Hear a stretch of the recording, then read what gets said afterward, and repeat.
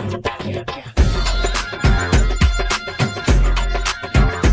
right, everybody, welcome back. This is episode number 14, Folk and Funky Podcast. We have myself, Amrin Simran here, back after taking a break from the last episode. But today's episode is going to be very special. It's going to be very different from what we've done in the past because we have a very unique perspective and somebody that has a story unlike anybody else that we've had on this podcast before. So we are very, very excited for this super special guest. Ladies and gentlemen, please welcome DJ Vani to Folk and Funky. Thank you so much for having me. So excited we were able to make this happen, finally. Yeah, thanks for joining us, man. Well, how's it been back in the Bay for you? It's good. So I just moved to LA a couple months ago, but I was living in the Bay the last 2 years in Palo Alto.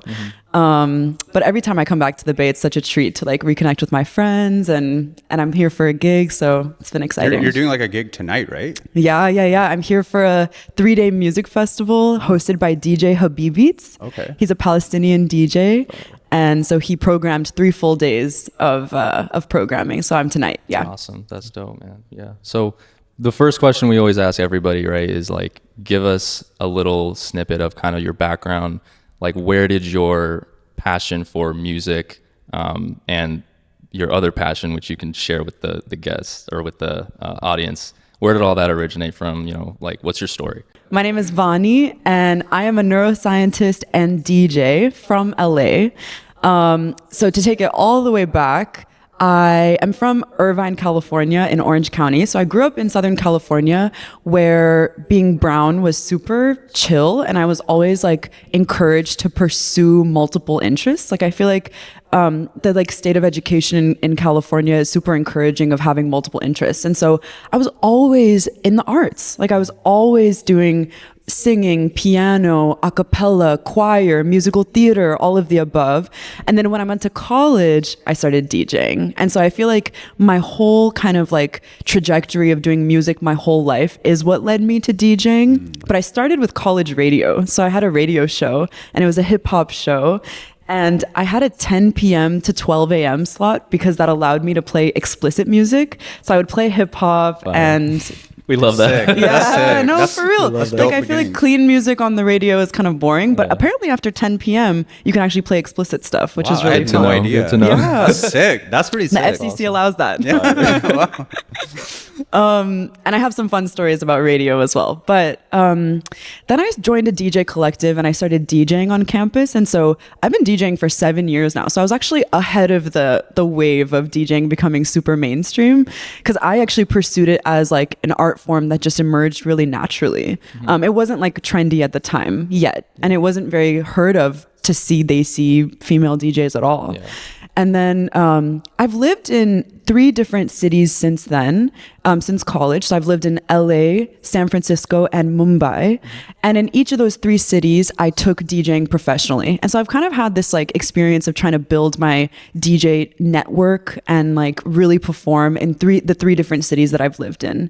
And so that's kind of the arc of my DJ career so far. Yeah. When you just throw Mumbai in, I mean, that's straight up catcher. Yeah. You want how did that was that during your college years, or was that just a random just gonna go to Mumbai because yeah. So right after I graduated college, I got a research scholarship to work in a neuroscience lab in Mumbai. So after COVID, for all of 2022, I was in Mumbai for a year working in a neuroscience lab, but I also used it as an opportunity to DJ and to explore the local music scene. And it was the sickest year of my entire life because I actually didn't visit India that much growing up. I have family in Chandigarh, I have family in Delhi, and then a little bit of family in Bombay. But I went to Bombay as an adult, just there for a job and there to kind of live by myself. It wasn't tied to family. I used it as an opportunity to visit my family, but I was there as a grown adult, which was a really exciting experience. So yeah, I was there for a full year. It was awesome.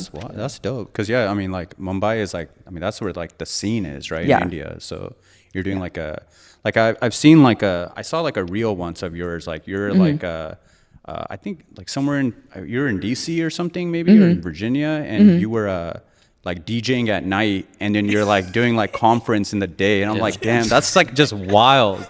Literally, yeah, that's kind of my story. Is like I have this like really robust day job. Like it's a really, really kind of very busy day job of working in a neuroscience lab and doing research, and then DJing kind of slots in really nicely in the evening, you know, because it's like it only really happens in the evening, and so it's a difficult balance to kind of manage it all, but it's really fulfilling, and I feel like I'm doing exactly what I'm supposed to be doing right now. So yeah, I bet that's dope. Like we got introduced to you, the first time we saw you was in Sacramento, and you were performing for Raaginder. Shout out to Raaginder. Hey, and shout out Raaginder for real. So how did you get connected with him? Because you've opened for him on multiple occasions as well, right? So how did that connection kind of come to be?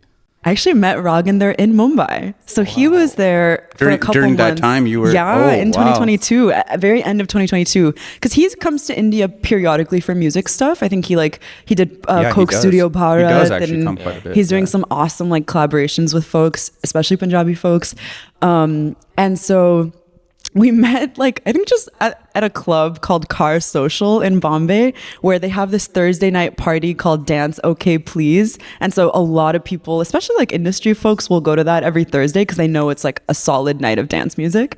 And so I met Raaginder through some mutual friends, and we hung out a couple times, and then we were like, you know, there's definitely a musical like connection here. We should definitely work together. And so I've now opened for him twice. I opened once for his project Mastane with Asad Khan, and then I opened for his solo show with Supreme Sidhu as well. I mean, like sick. That's sick. Connect like that. Your opening show. I know. Fucking badass. Yeah. It was crazy. It was crazy. And Supreme Sidhu's so Shout good live. I know, like man. huge shout out. Yeah.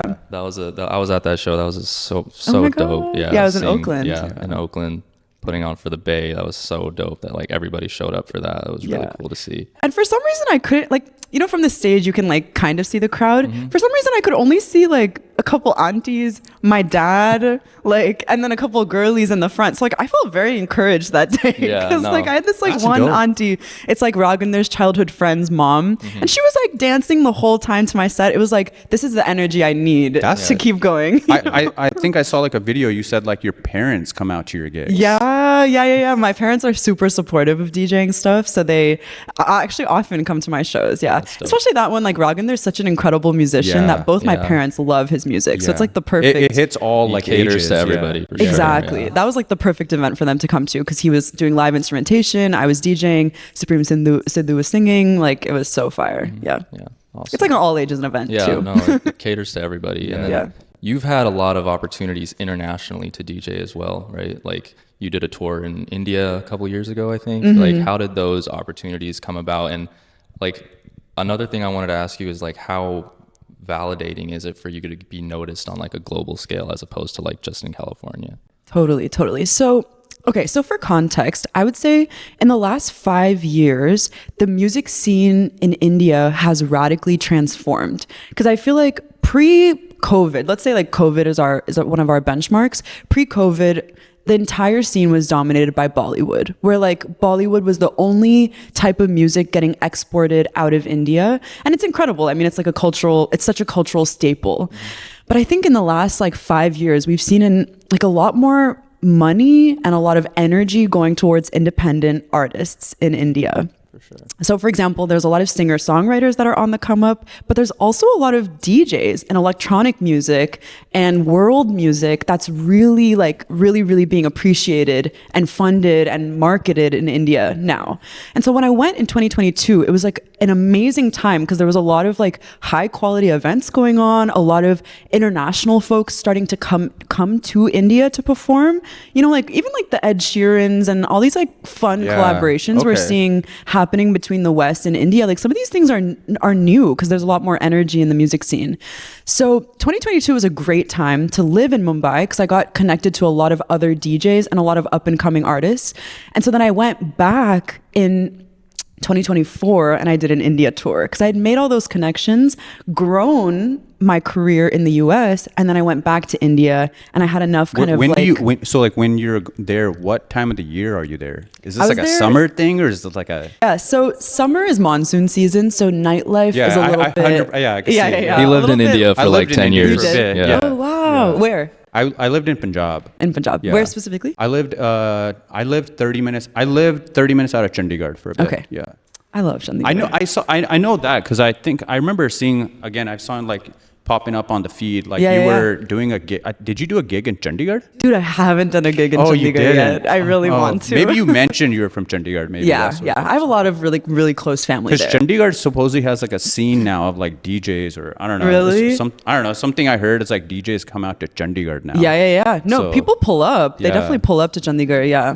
I don't know about the local scene yet. You know what I mean? Yeah, I don't know. I know like Mumbai, that is like Yeah. definitely the scene. I That's don't know. the spot. Is Delhi the scene too?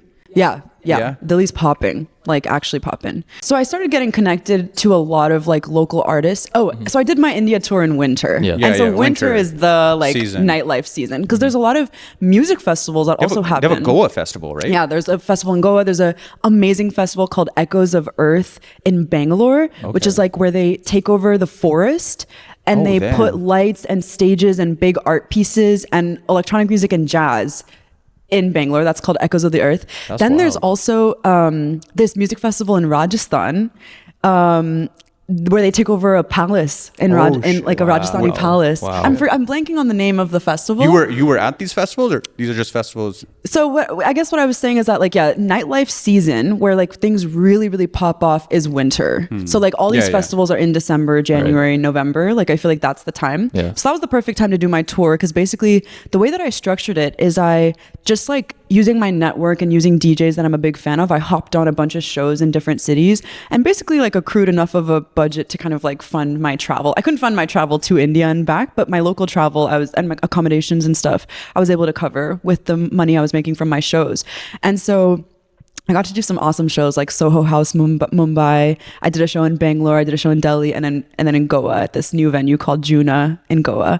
And I feel like it was a really, to your point about like international validation, I feel like it really like gave me a stamp on my career that like, oh, I can do this. And I'm like, 100%. I'm self-managed Yeah. and so like I'm my own agent in this Yeah. case. You know what I mean? And so it's purely from pitching myself through cold emails or like leveraging my network that I was able to like organize this tour.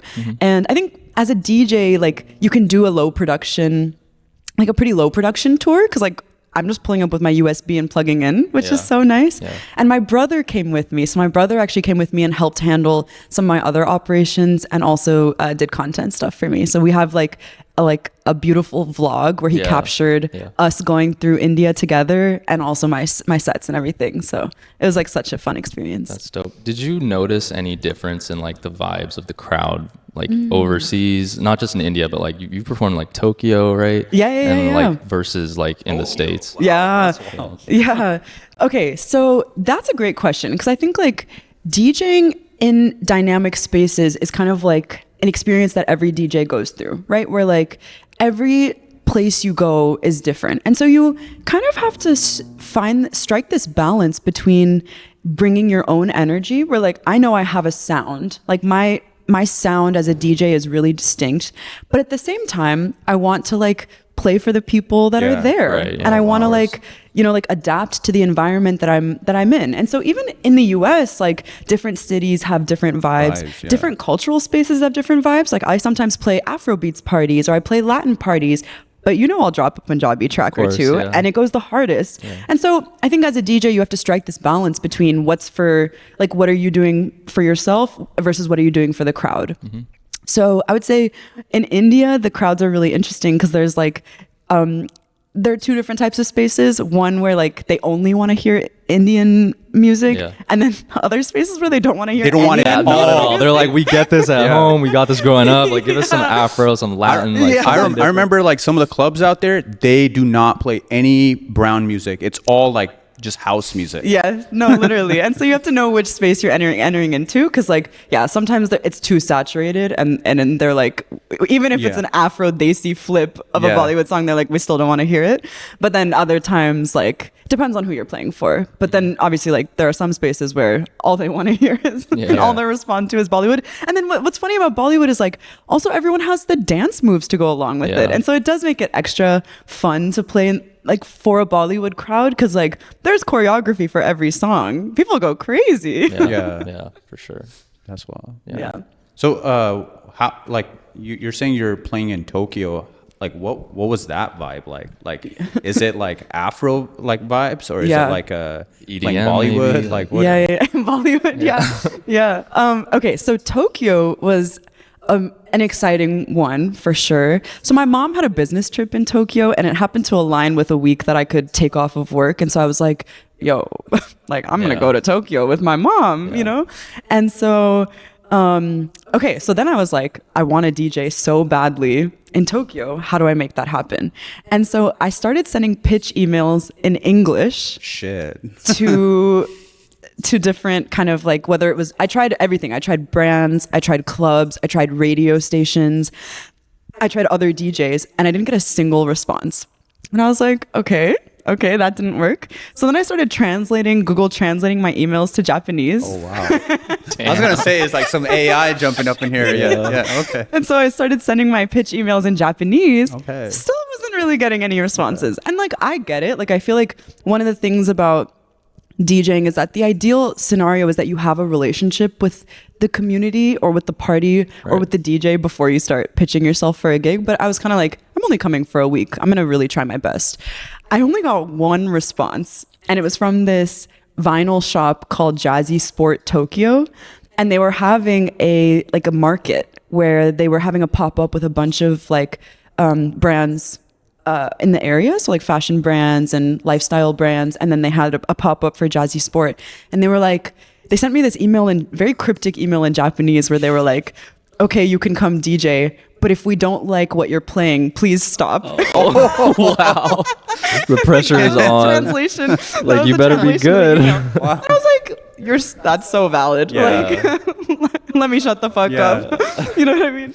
And so, okay, so when I went, I feel like I was like, okay, time to do some research on the local scene. So coming into that set, I started doing research on Japanese electronic music and local music. And I also have some other Japanese faves. Like there's this Japanese R&B artist called Umi. It's like I knew I wanted to play her stuff.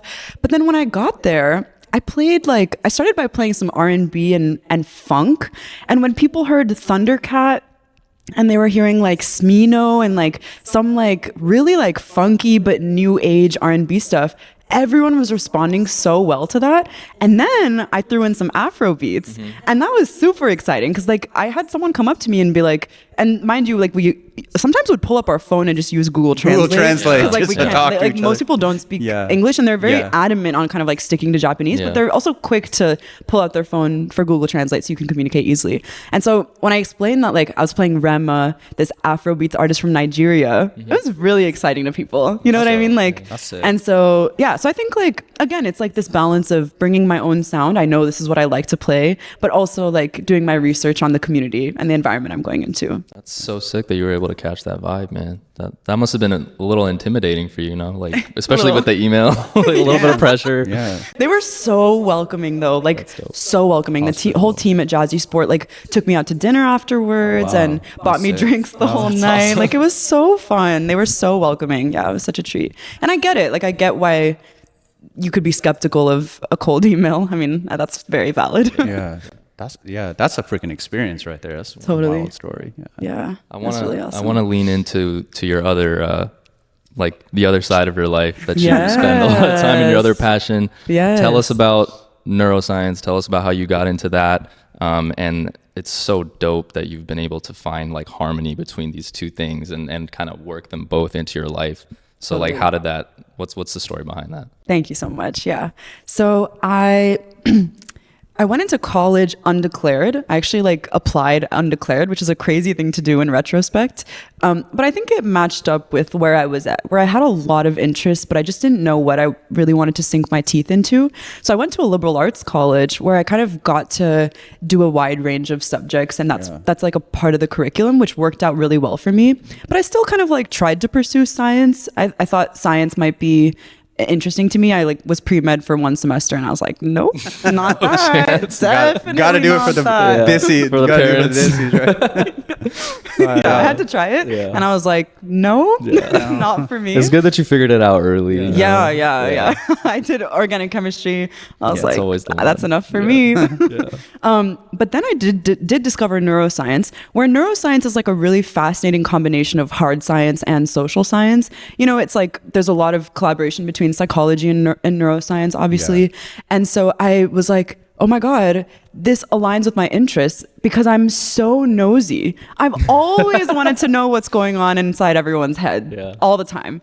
And so finding neuroscience, I was like, oh, like the fact that it's also a very multi and interdisciplinary field where you can do the neuroscience of anything. So my first internship was on the neuroscience of like criminals, like basically trying to like use neuroscience data in court cases as a way of kind of not explaining someone's behavior, but giving more context on the state of mind they might have been in when they did the crime by identifying regions of their brain that like are impaired, like especially like your decision-making centers. So that was my first internship and I was like, this is crazy. Like neuroscience feels like it's at the forefront of science in a lot of ways. And now that the AI boom is happening, you're like, oh, I see how intelligence and neuroscience are kind of at the forefront. But then my second internship, I did the neuroscience of music. And I was like, oh shoot, like that's your vibes. That's my vibe. I was like, this could be my lane. And so since like sophomore year of college, so since 2018. Were you DJing before this, or was it still? I was just discovering DJing that year as well. So like both of those things kind of emerged separately and then together. But like I said, I've always had this like interest in music, so that was already kind of strong. And so that summer I worked in a lab that was looking at the neuroscience of musical improvisation. And when I got to the lab, they were like, hey, you can pitch a musician that you might want to study. Because they were basically going to do a series of case studies on musical improvisers. Because they were like, basically improvisation is a really hard skill to measure in science because very few people can even do it. It's like a very elusive skill that takes a lot of training. And so they were like, I think the best way to study this is to just look at master improvisers and do a study where you don't have to compare them to anyone else. It's just looking at them and what's happening in their brain while they're improvising. And so I pitched Ustad Zakir Hussain because I was like, what's the first thing that comes to mind when you think of a master improviser? It's going to be tabla maestro Ustad Zakir Hussain. He lives in the Bay Area. He was in SF. He lived in the Bay Area. Rest in peace. Rest in peace to the legend. But he lived in Marin. And my PI actually had some sort of connection to him because he's kind of been in the like music, the global music space where he like does a lot of like international outreach talking about like Indian classical music. So people have heard of him. A lot of people have heard of him, even Western especially folks. in the Bay, definitely. Yeah, especially in the Bay. He also has done a lot of jazz collaborations, things like that. And so it was actually crazy because he happened to be performing in the Bay at SF Jazz, at San Francisco Jazz a couple weeks later. So my professor that I was working with was like, I mean, okay, like, why don't you go to his concert?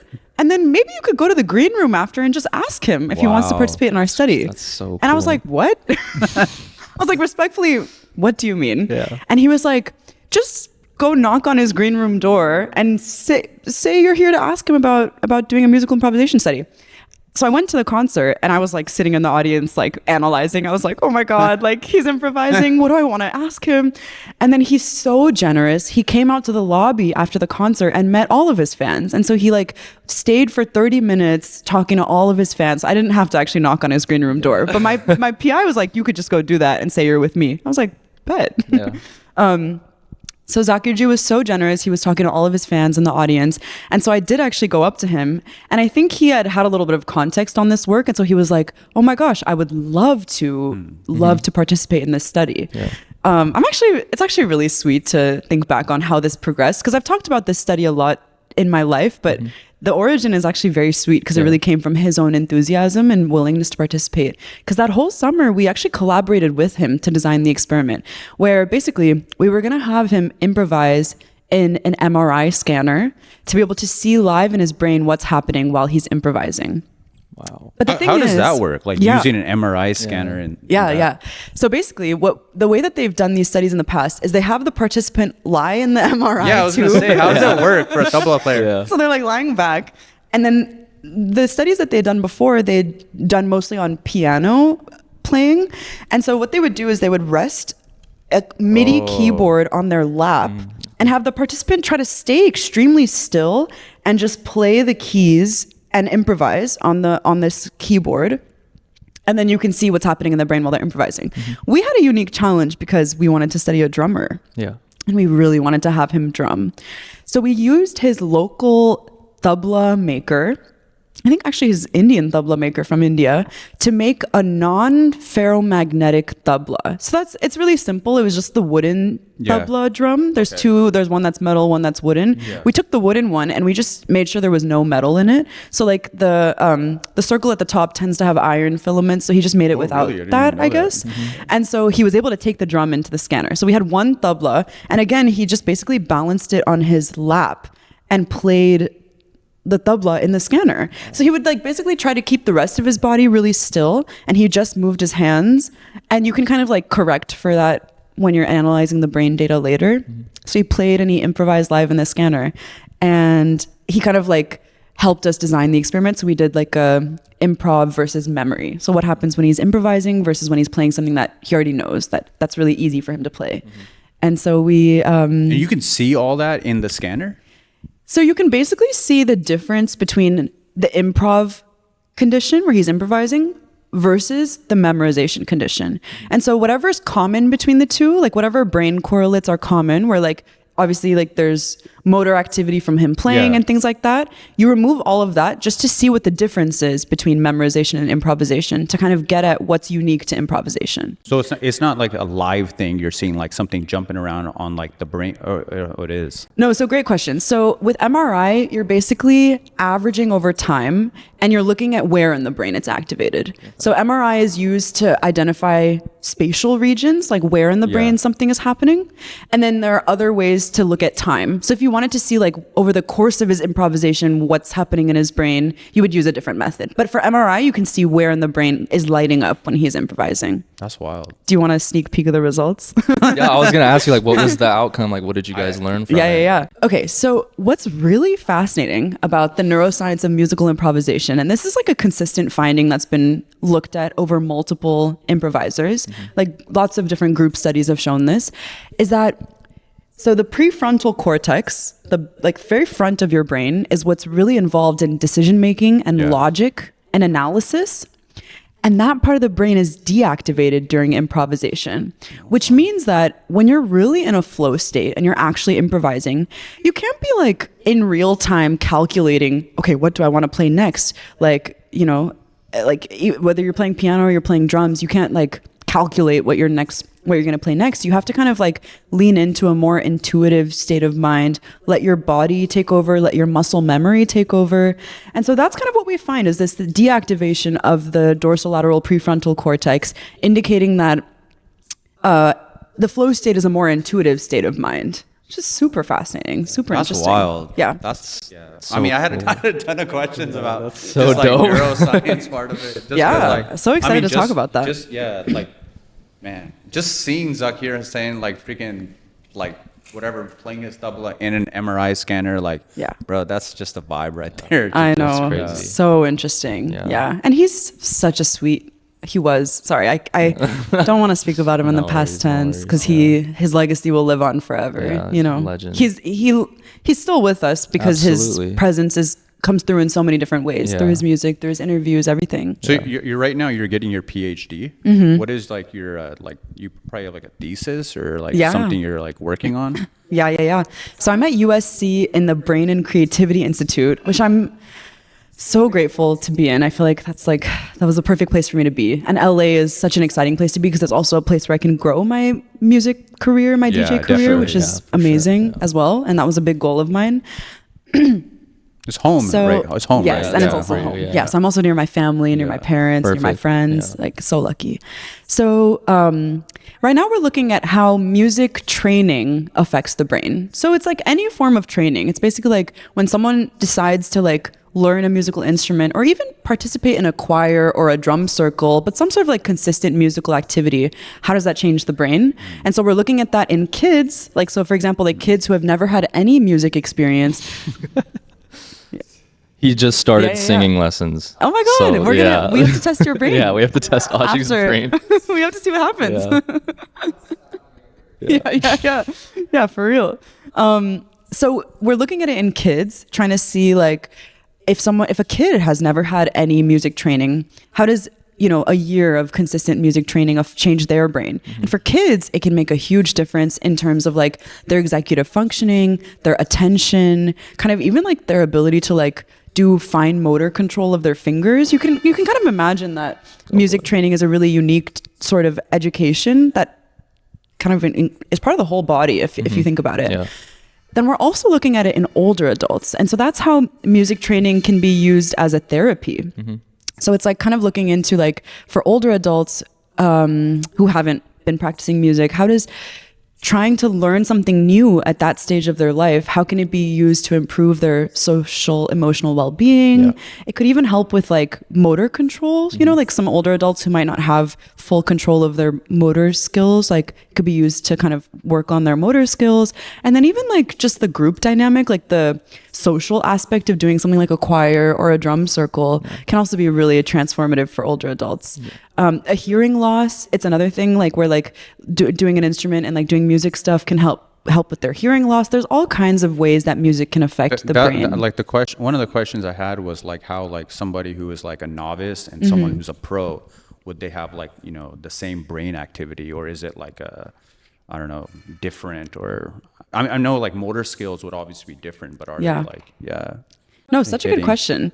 Yeah, I think yes, there is significantly different brain activity in a novice versus a pro. So that's why like continuing to practice is a really key aspect of maintaining your musical skill, is that you kind of use it or lose it is like one way we talk about things with the brain, is like your brain fundamentally changes. So it can become like the synapses between different regions can become stronger the more that you practice. And so a pro musician's brain might actually be more connected in certain areas than a novice's brain.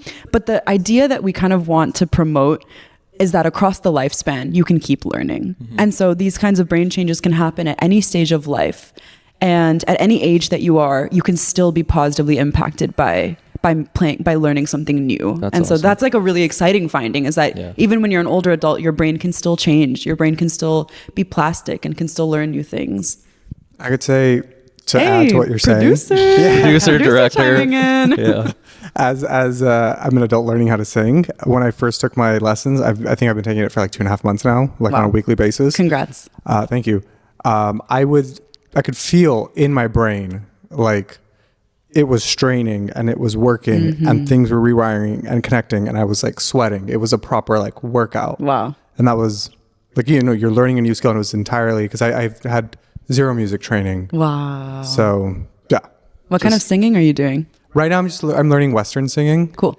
Yeah. And I'm just trying to, with me, it was a real struggle identifying and reproducing pitch. So that was a skill that my ears were never trained for. Fascinating. And so catching and then being like, this is at this level. Yeah.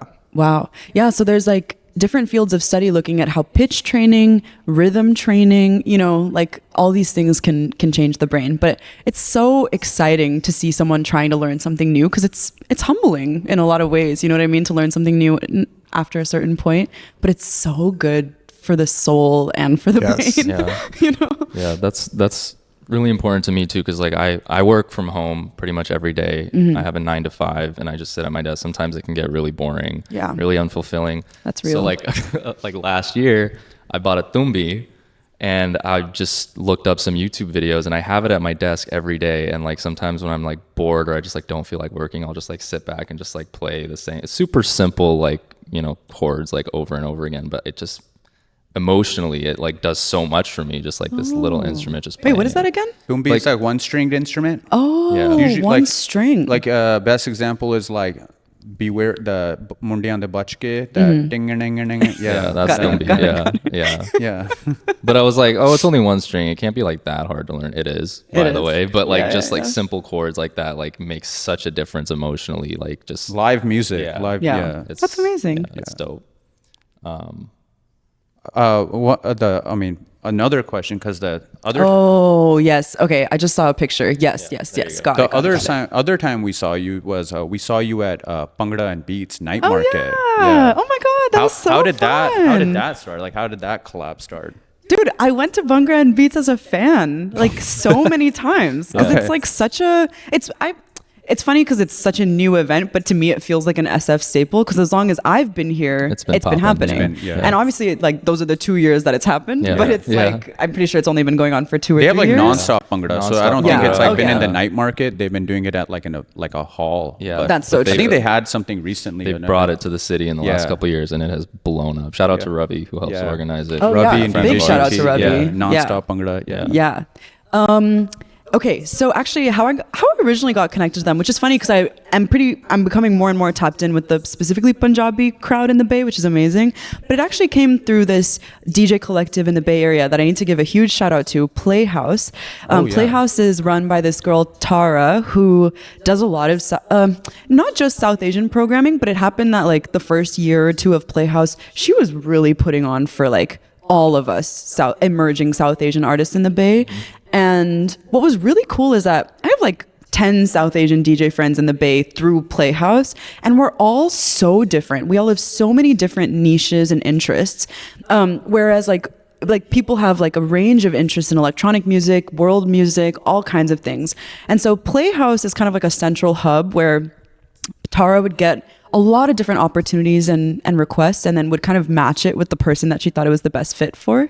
And so she actually originally connected me with Bhangra and Beats because I guess Vicky and everyone knew the folks at Nonstop Bhangra kind of had heard of Playhouse, and they were looking for someone, and she was like, okay, Vani obviously plays Punjabi music, is Punjabi, she'd be a good fit for this. Yeah. And so I played on the main stage. It was really fun. It was really electric because like you're in the middle of the financial district Yeah. in SF. Yeah, it's a vibe. It's a vibe where Huge it's at. crowds. Yeah. Like it was so exciting. And then there were live performances. Like Nonstop Bhangra did a whole performance. It was so fun. It was such a good experience. No, they're literally doing another one next weekend. I think, Yeah. next Diwali, Friday. For yeah, it's Diwali, for yeah. Diwali, yeah. So cool. Yeah, I forgot to shout out GT as well. Shout out to GT. Hey, I mentioned Ravi and I was like, No, I I- forgot yeah. No, and I the toll, mentioned, the all guys three who played of them. toll Shout for out to them, Ashi. like all of them. Ashi was our last guest. Yeah, so I saw that Yeah. interview. Yeah. So sick. All right. What do we got on time? We got 5 minutes left. No, we This got has time. been. Ooh. We got time. We got wanna time. keep going? Okay, I Yeah. wrote out all these questions. Director but, input. I mean, this is like a neuroscience question. But I don't Yes, hit me. I don't even know if this is like answerable, but it's like, you know, like we always have like songs that we've listened to when we're younger, right? Is there any like science behind that? Like why do nostalgia? Why do nostalgic songs like hit harder like now? You know, when Such a good question. Yeah. Okay, so music is a really interesting stimulus. Like it's actually really interesting to study from a scientific point of view because it's a really fascinating stimulus where it's like an auditory stimulus, but it's a very complicated auditory stimulus where there are so many layers to the music where it's not just one layer of music. Like we hear it as one layer of music, as one stream of audio, let's say, but it's like, you know, a producer might have 70 tracks that are making up this one song. Definitely. And so it makes it a complicated stimulus to study, but also it activates like every part of the brain one way or the other. And so the way that we study music is like there's just like your fundamental auditory response, which is that your brain is registering the music, but then it can activate, let's say, your reward centers. So right, like certain music will make you feel like it's a reward. I mean, Yeah, it's a treat. definitely, It's a treat to definitely. get to Yeah, listen to. yeah. And so your reward centers are activated, and then your kind of like memory centers are also really activated. So your hippocampus is like one hub for memory. And so music is one of the things that like encodes memory the strongest for a lot of folks. And it's like there's actually really interesting research on Alzheimer's patients who might not remember the name of their kids, but can remember this song that they grew up on and sing it from scratch and sing it completely verbatim just because it's encoded in their memory, in their long-term memory. So music is fascinating because it can kind That's of fucking wild. retrieve. That is crazy. Just to think about. Yeah, retrieve some of these old memories and is encoded in a really complicated way in the brain, such that it can override, even if the rest of your memory isn't working, your music memory might still be working for things that you feel nostalgic for. Yeah, and I feel like we have memories connected to certain songs. Like one memory that I'll never forget is like being like 4 or 5 years old in my living room and like listening to Tera Yaar Bolda by Sarjeet Bindrakia, also a late legend. And my sisters, I have 2 older sisters, they would like dress me up in like a chunni and they would like have me like dance around. I didn't know what I was doing. I was just dancing around. That song, probably if I had to pick one song that's like my favorite, that's probably the one. Wow. That's probably why, like, I mean, I in like one of your videos you mentioned that song Oh Ho Ho. Yeah, that's yeah, probably yeah, why yeah. it hits, because it's like Marla hits so hard. that That same is also feeling. just like uniquely It's a unique Yeah, song. it's a dope song. Like, so Yeah. it's such an energizing. the guy, like, the lively guy, song. the guy himself is like a vibe for his time to be Yeah. like Yeah. dropping songs. Yeah. Totally. What about like sad songs? Like sometimes we all feel sad and we'll play sad music to kind of like almost indulge that sadness a little bit to like maybe give ourselves some validation. Like why do we do that? If you can answer that. Actually, it's funny because on a personal note, one of my running jokes is you will not catch me listening to sad music when I'm sad. I'll be sad as fuck listening to like bass music. like I'm gonna headbang through the pain. Yeah. You know what I mean? Yeah. I think the point of like kind of like indulging the emotions or even outsourcing the emotions, where sometimes you like understand your own feelings better from hearing someone else sing about it or hearing it musically represented in a way, just like allows you to like feel it in a different way than through your own lived experience. I think that's a really powerful phenomenon. I had another example. I think like also I think people do kind of like spiral further from listening to sad music. That's kind of my experience where I'm like, I'm already Definitely, sad. Yeah, I was trying to make Like- myself more sad. Yeah. It's always funny. Like sometimes you'll be in a car with friends and like somebody will have their shuffle on and like you're going to a function, you're getting excited, and then like Marvin's Room by Drake will come my on and it'll be God. like, we're not trying to That's simp right now, we're like so play the funny. next one. What I'm like interested and also concerned about is the potential for AI music to like be made specifically to like target emotions. I don't know if I can't really grasp what potential AI has to actually like encapsulate human emotions. I think it would just be replicating other people who have actually represented human emotions in music.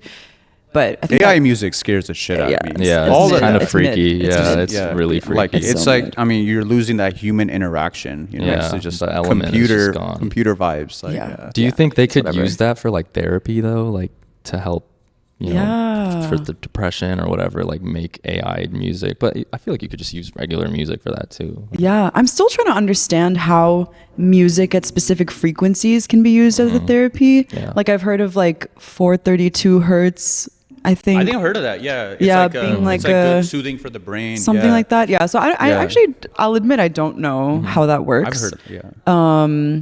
There's also, this like emerging market of psychedelics and how like psychedelics can be used as a therapy, but then psychedelics and music together. But I think in the creative domain, AI will never replace human Yeah. creativity. I'm not actually Do even that concerned you about use it. any type of AI in your DJ? I use it for coding, like for data analysis yeah. and stuff like that. Because it's like, Man, you what- code too? No, I don't. I literally don't. She does it all. I don't know how to Does it code. all. Yeah. That's why I need AI tools to run my very simple R statistics. Okay. I feel like as long as we have artists like yourself and the guests that we've had, AI is never going to overtake that, because the human element, you can always tell like when it's made by a person. Yeah. We have I don't that know. connection. There's like some videos I saw on Instagram where like there was some like producer used like he pulled like AI to like make a song and it sounded decent, and Yeah. I wouldn't like nobody would have been able to like figure it out. Sure. Oh, I believe I mean that. that's I think the scary part of it. all. That's what makes it scary. Yeah. Yeah. Yeah. I think like so far, I'm willing to use AI just to make my life more efficient. So even I don't use it in my DJing at all, but if I were, it would just be to like organize my music better and quicker and like so like make nothing my for your process. sets, like you're not going to be playing any AI music. No. I thought maybe like there was maybe something AI. Can't there do was that. something like AI has made some way into the DJ space. Maybe I don't know. Honestly, like not really, because also I like to do blends that AI wouldn't predict. Like it's more fun to blend music together that shouldn't be blended together. Like I think that's the real like progress that we're making as DJs is like, oh my God, like who would have ever thought to mix this bass house with this belly dancing song? Like that's like one unexpected mix I have on my Instagram, because I'm like, yo, that shit was hard, and like that was improvised from me, you know? And so I think like when it comes to innovation, I think that's still going to be human creativity that's going to be at the forefront of AI innovation. is human innovation, right? So that is also true. That's also true. It's just trying to keep up.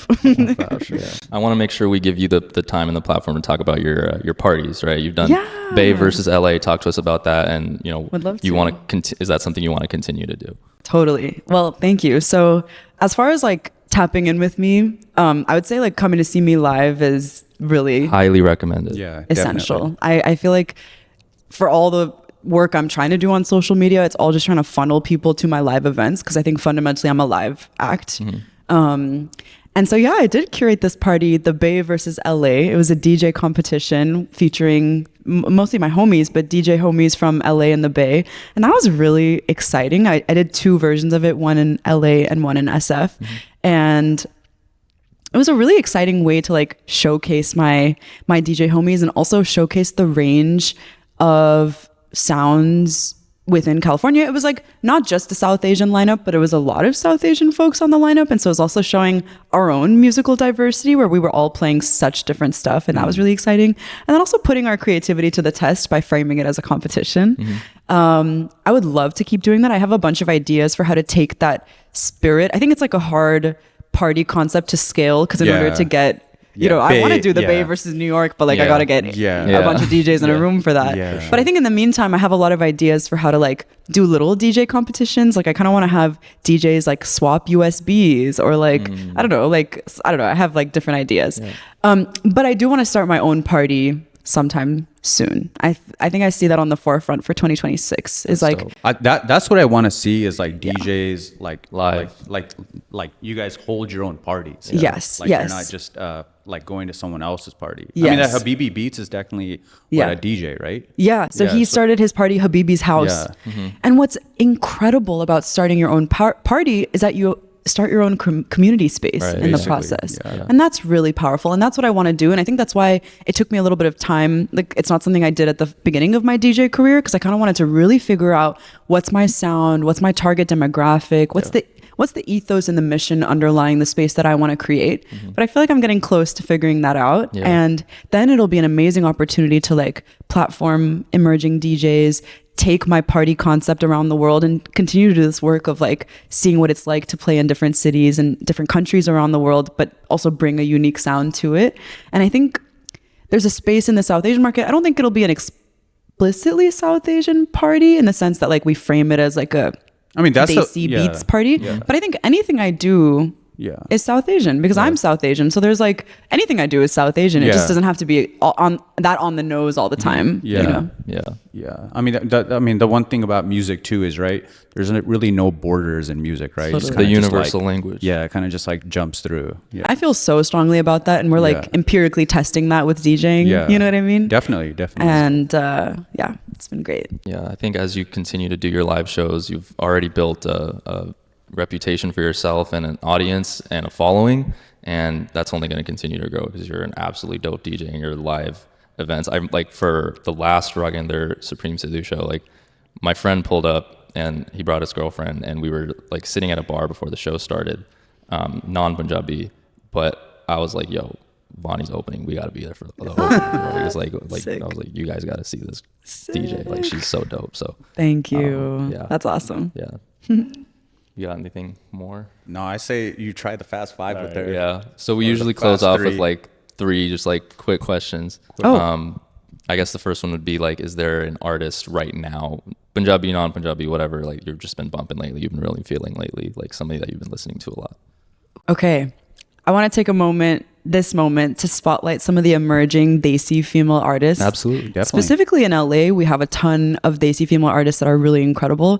Gayatri Krishnan, she's a Tamil Carnatic trained R&B singer. She's incredible. Akshara, also kind of Carnatic and Hindustani trained, making incredible fusion incredible fusion music. Shreya Kaul is making, I think she's Punjabi, she's making some incredible like pop, Indo pop, like amazing stuff. Rehma is a Pakistani artist, also making amazing stuff. So we have like a really exciting emerging wave of Desi female artists making really innovative music, which is really amazing.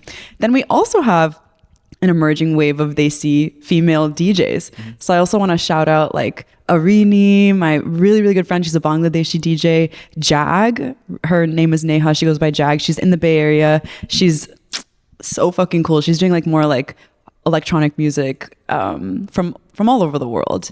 And so I think Desi women are on the come up. Yeah, that's Desi women are on the come up for sure. Yeah, we're gonna make a reel of that and plug all these people so that our audience I becomes wish I had familiar. said it better. No worries. Yeah. I was like, Indo. Yeah, we're all about championing the artists. That's why we started the podcast in the first place. Is Right. we believe so much in our music. I mean, it's so also much. I believe also it's all about like learning, right? Yes. As much as it's like yes. fun to do the production, like at the end of the goal, end is like learning about everything. So Thank you so much for like creating this platform. I've seen a lot of your clips of your 14 episodes so far. It's crazy. It feels like They've this been is like sick. it always feels like this is like our first one, but yeah. Normally we would ask like who's like an underrated artist that you would give some more love to. I feel like you just mentioned a lot, but if there's anybody else that you want to mention, feel free. Yeah. Dude, Raaginder. Dude, shout out. Dude. Yeah, shout out to to Raaginder. Yeah, Every time I Raaginder- see him, I'm like, we got to have you on the podcast. And he's Oh my always God, like, he I'll let you needs know. to come I'll let on the you know. podcast. So whenever Yeah. he's ready, we're here. And like You know where to people find us. know about him, but he's still criminally Incredibly underrated. No, Yeah. definitely. The talent, The like sickest, yeah. you mentioned flow state, and I know like we've all seen him live. You can tell when he's up there, he gets that look, and he just closes his eyes and he's just fucking doing it. And you're like, this guy's in his bag right now. Yeah, Like, and he's exploring, singing more. Yeah, he dropped that song. Producing more. Yeah. Like, and then who else is playing the violin like that? Like, I don't know a single other person that's Yeah. shredding on the violin like that. Like, he plays like violin even with like in that classical Raag way too, which Yes. is like just something. he still does like pop up classical Yeah. Hindustani performances Yeah. all the time. just like in I a heard. park randomly, he'll just put it on his So story, be like, hey, I'm sick. gonna be playing here. yeah. And great guy. Yeah, dope guy. We Dope love guy. Raaginder, man. Is there an artist, it could be him or anybody, that you would like to see us have on next? Oh, dude, you should get M2RAY, Malinder Toure. I've heard of her. The She's- first female Doli Yeah. in North America, Yeah. also an incredible DJ. So she co-founded the collective No Nazar, which was an incredible, like, the collective is no longer together, but it was an incredible, like, first of its kind South Asian DJ collective that was like, dude, like making incredible music, championing incredible like emerging DJs, and creating a really like progressive, exciting South Asian space. And so she's the GOAT. I think Yeah, she no, I've has heard like of her and yeah. Rekha. Yeah, they're like And Rekha, DJ Rekha, yeah. But yeah, Malinder would have like 10, 20 years of lore to drop. Like she's been really inspiring as like a champion for other South Asian people. So I think you should have her on the pod. Yeah. I think our other co-host who couldn't make it today, Slams, he's connected with her because he's a Doli as well. That's how Okay. he got his start. So I think they're connected with each other. Sick. So that would be a dope guest for sure. That would be awesome. Yeah. Yeah. Do you have any like Anything- that you're trying to promote? Oh yeah. Okay, so I would say It won't be live. It won't be on like here like in the next day or two. I know. but, yeah. No, I'm like pull up to my show tonight. Our turnaround time's a little longer than that, but yeah. But okay, so I would say like scarcity is good for the DJ business, where like you're not going to catch me every month in your city. So keep an eye out for when I do come to your city, because I feel like it's always a treat. But I'm going to be continuing to do live shows. Obviously, like my schedule is really busy, but I think playing live is the thing that motivates me and makes me feel any sort of purpose and mission. So catch me live. And then I have mixes on SoundCloud. and YouTube. All my socials are under my name, Vani Dewan. And then I've started to express myself more on Instagram and TikTok, so you could check out my short form content there. But like I said, it's all just a funnel to seeing me live. And then catch my party in 2026, I guess. Yeah, absolutely, man. We good? Yeah. All right. Well, This is so fun. Yeah. thank you again. Thank you so much much for coming. I'm like, I have coming. 10 questions of the Yeah. same to ask you guys I know. back, so we're gonna have to flip we it. might have to do a part 2 to this Part because two. this conversation was like so dope. Like I Too said at good. the jump, it I mean, was- you'll finish your paper and we'll hear. Yeah. Let me you know, publish right? it. Yeah. Let me put Yeah. some work out, Yeah. and then we can talk about there it. will be a part 2 to Yeah. this podcast for sure. But Sick. yeah, thank you guys so much for listening. Bonnie, thank you again so much. Thank you for And, having yeah, me. I'll see you guys in the next one. Thank you guys. Appreciate it. Peace. Yay.